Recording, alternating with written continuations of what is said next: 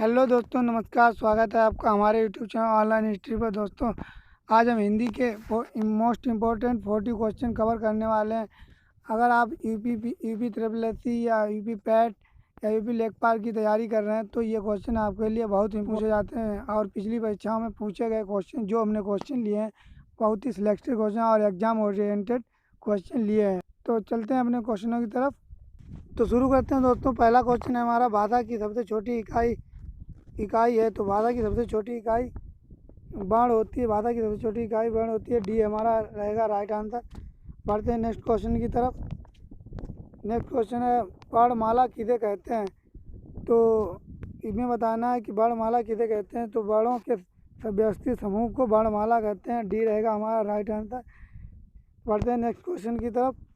निम्न में से कौन सी कंठ ध्वनियाँ। तो ये चार ऑप्शन दिए हैं। इसमें से जो हमारे कंठ से बोली जाती हैं वो भाषाएं कौन सी, मतलब वो ध्वनि कौन सी होती है।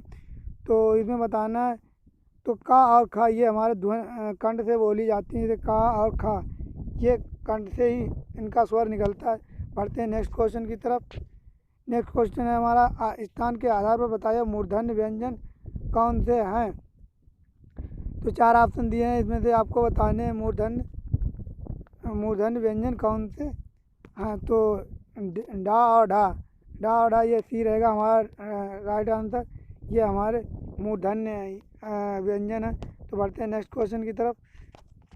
नेक्स्ट क्वेश्चन है हमारा, निम्न में से अल्प प्राण वर्ग कौन से हैं। तो ये का और खा ये अल्प प्राण व्यंजन है। का और खा बी रहेगा हमारा राइट आंसर। बढ़ते हैं नेक्स्ट क्वेश्चन की तरफ। अगला क्वेश्चन है, निम्न में से नासिक व्यंजन कौन से हैं। तो नासिक व्यंजन वहाँ है। ये हमारा नासिक व्यंजन है जो वहाँ, बी रहेगा हमारा राइट आंसर। बढ़ते हैं नेक्स्ट क्वेश्चन की तरफ। अगला क्वेश्चन हमारा अगला क्वेश्चन है, ए आए वर्ण क्या कहलाते हैं। तो ये आए वर्ण हमारे क्या कहलाते हैं। ए और वर्ण हमारे कंठ तालव्य कहलाते हैं। ये डी रहेगा हमारा। अगला क्वेश्चन है हमारा, हिंदी वर्णमाला में अयोग वर्ण कौन से हैं। तो इसमें से ये पूछ रहा है कि अयोग व हमारे वर्ण कौन से हैं। तो अंग और आ ये हमारे अयोग वर्ण हैं। डी रहेगा हमारा राइट आंसर। बढ़ते हैं नेक्स्ट क्वेश्चन की तरफ। निम्न में से बताइए कि किस शब्द में द्वैत व्यंजन है। तो इसमें ये द्वैत व्यंजन पूछ रहा है।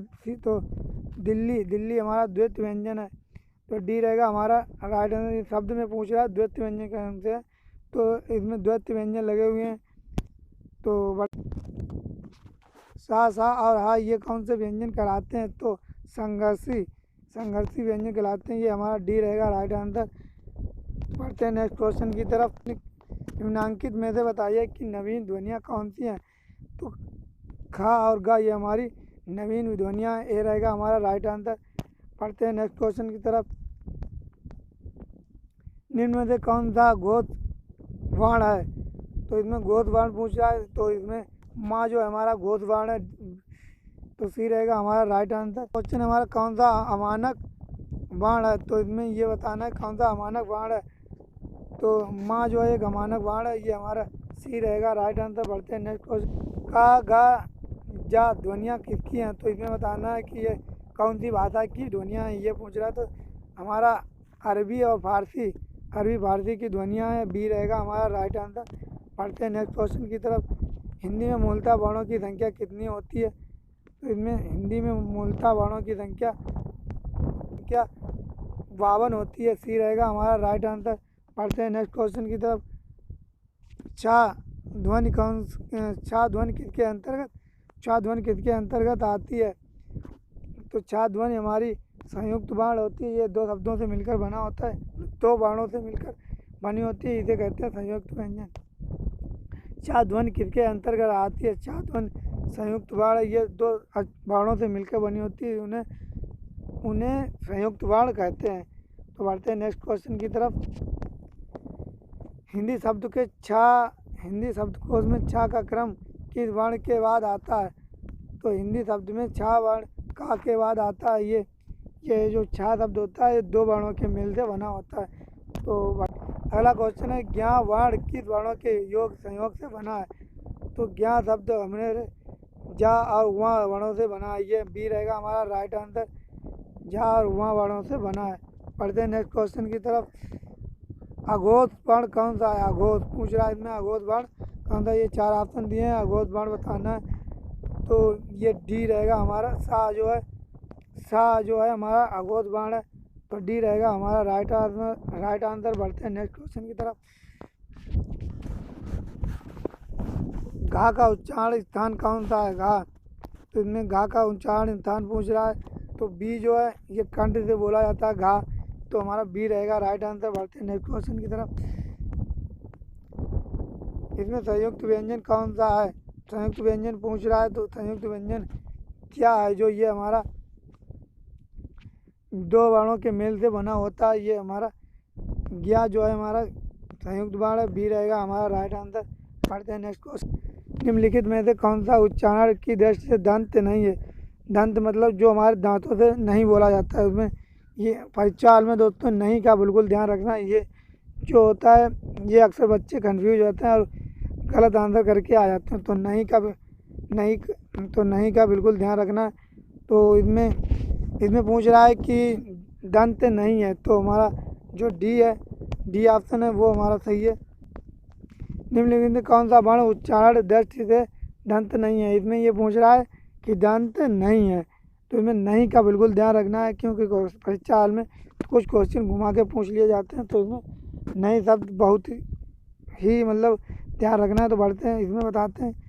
तो ये हमारा दंत, इसमें तो ये देखो तीनों है। डी जो है हमारा टा, ये हमारा दंत नहीं है। जिन शब्दों के अंत में आ आता है उन्हें क्या कहते हैं? तो उन्हें अकारांत कहते हैं।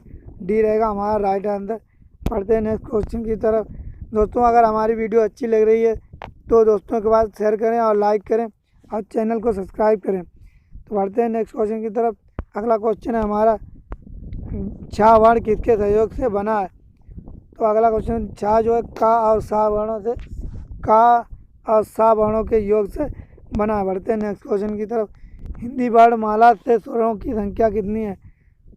तो उसमें स्वरों की कुल संख्या पूछ रहा है। तो स्वरों की कुल संख्या 11 होती है। बी रहेगा हमारा राइट आंसर। बढ़ते हैं नेक्स्ट क्वेश्चन की तरफ। निम्नलिखित में से कौन सा स्वर नहीं है? तो इसमें 4 ऑप्शन दिए हैं, तो स्वर बताना। वहाँ जो शब्द है वो डी नहीं, जो वहाँ शब्द है वो हमारा स्वर नहीं है। ये डी रहेगा हमारा राइट आंसर। बढ़ते हैं नेक्स्ट क्वेश्चन की तरफ। अगला क्वेश्चन है, निम्नलिखित में से कौन सा टा वर्ग, अगला क्वेश्चन है निम्नलिखित में से कौन सा टा वर्ग नहीं है? तो टा वर्ग पूछ रहा है। तो निम्नलिखित में कौन सा टा वर्ग नहीं है? तो जो घा होता है हमारा टा वर्ग में नहीं आता। बढ़ते हैं नेक्स्ट क्वेश्चन की तरफ। अगला क्वेश्चन है हिंदी वर्णमाला, अगला क्वेश्चन है हिंदी वर्णमाला की व्यंजनों की संख्या कितनी होती है? हिंदी वर्णमाला में व्यंजनों की संख्या 28। हिंदी वर्णमाला में व्यंजनों की संख्या, अगला क्वेश्चन है हिंदी वर्णमाला में व्यंजनों की संख्या है। तो हिंदी वर्णमाला में व्यंजनों की संख्या 33 है। बढ़ते हैं नेक्स्ट क्वेश्चन की तरफ। अगला क्वेश्चन है निम्नलिखित में से कौन सा पश्च स्वर है? पश्च स्वर मतलब जो हमारे जीभ के पीछे हिस्से से बोला जाता है उसे पश्च स्वर कहते हैं। तो इसमें हमारा ए रहेगा। आ जो है, आ हमारे जीभ के पश्च स्वर से पिछले हिस्से से बोला जाता है, तो ये हमारा पश्च स्वर है। ए रहेगा हमारा राइट आंसर। बढ़ते हैं नेक्स्ट क्वेश्चन की तरफ। अगला क्वेश्चन, निम्नलिखित में से कौन सा अयोग वाह है? तो अयोग वाह पूछ रहा है इसमें। तो हमारा ये जो विसर्ग हमारा अयोग वाह है। तो ए रहेगा हमारा राइट आंसर। बढ़ते हैं नेक्स्ट क्वेश्चन की तरफ। शा ध्वनि का उच्चारण स्थान है। तो शा ध्वनि का उच्चारण स्थान है। तो दंत जो है हमारा, ये छा जो है दंत से बोला जाता है। तो छा का हमारा उच्चारण स्थान दंत है। तो पढ़ते हैं नेक्स्ट क्वेश्चन की तरफ। निम्नलिखित में कौन एक संयुक्त व्यंजन नहीं है? तो इसमें संयुक्त, तो जो हमारा बी जो है सा, ये हमारा संयुक्त व्यंजन नहीं है। तो बी रहेगा हमारा राइट आंसर। बढ़ते हैं नेक्स्ट क्वेश्चन की तरफ। अगला क्वेश्चन तालव्य व्यंजन है। तालव्य व्यंजन इसमें पूछ रहा है। तालव्य व्यंजन, अगला तालव्य व्यंजन 4 ऑप्शन दिए हैं। तालव्य व्यंजन इसमें जो है 34 ता था धा, ये हमारा तालव्य व्यंजन, ता था धा ये हमारा तालव्य व्यंजन है। सी रहेगा हमारा राइट आंसर। बढ़ते हैं नेक्स्ट क्वेश्चन की तरफ। इसमें या वा रा ला ये पूछ रहा है, या वा ला या रा ला वा ये पूछ रहा है कि हमारे कौन से व्यंजन हैं। तो हमारा अंतस्था ये हमारा सी रहेगा राइट आंसर। ये पूछ रहा है अनुनासिक का संबंध किससे है, तो हमारा सी रहेगा राइट। नाक और मुंह से अनुनासिक शब्द का संबंध नाक और मुंह से। तो बढ़ते हैं नेक्स्ट क्वेश्चन की तरफ। अनुनासिक व्यंजन कौन से होते हैं। अगला क्वेश्चन है हमारा अनुनासिक व्यंजन कौन से होते हैं। तो ये अनुनासिक व्यंजन पंचमा वर्ग के होते हैं, ये वर्ग पंचमाकार के होते हैं। तो ये हमारा डी रहेगा राइट आंसर। बढ़ते हैं नेक्स्ट क्वेश्चन की तरफ। अगला क्वेश्चन है हमारा हिंदी वर्णमाला में स्वरों की संख्या कितनी होती है। तो हिंदी वर्णमाला में स्वरों की संख्या 11 होती है, सी रहेगा हमारा राइट आंसर। बढ़ते हैं नेक्स्ट क्वेश्चन की तरफ। कंठस्थ ध्वनि का उदाहरण है, कंठस्थ ध्वनि का उदाहरण पूछ रहा है। तो कंठस्थ ध्वनि का उदाहरण डी रहेगा हमारा तालव्य होता है, डी रहेगा हमारा राइट आंसर। बढ़ते हैं नेक्स्ट क्वेश्चन की तरफ। भाषा निर्माण की इकाइयों का सही अनुक्रम क्या है। तो भाषा निर्माण की इकाइयों का सही अनुक्रम ध्वनि, शब्द, पाद और वाक्य, डी रहेगा हमारा राइट आंसर। बढ़ते हैं नेक्स्ट क्वेश्चन की तरफ। अगला कौन से निम्नलिखित में से उच्चारण के स्थान पर कंठ से लेकर मुख में विवर्ग में उच्चारित ध्वनि। अगला क्वेश्चन निम्नलिखित में से उच्चारण स्थान के आधार पर कंठ से लेकर मुख विवर्ग में उच्चारित व्यंजनों की व्यंजन ध्वनि का सही अनुक्रम क्या है। तो इसमें ये पूछ रहा है व्यंजन अनुक्रम के सही अनुक्रम क्या है। तो ये हमारा कंठ तालव्य ये रहेगा हमारा राइट आंसर।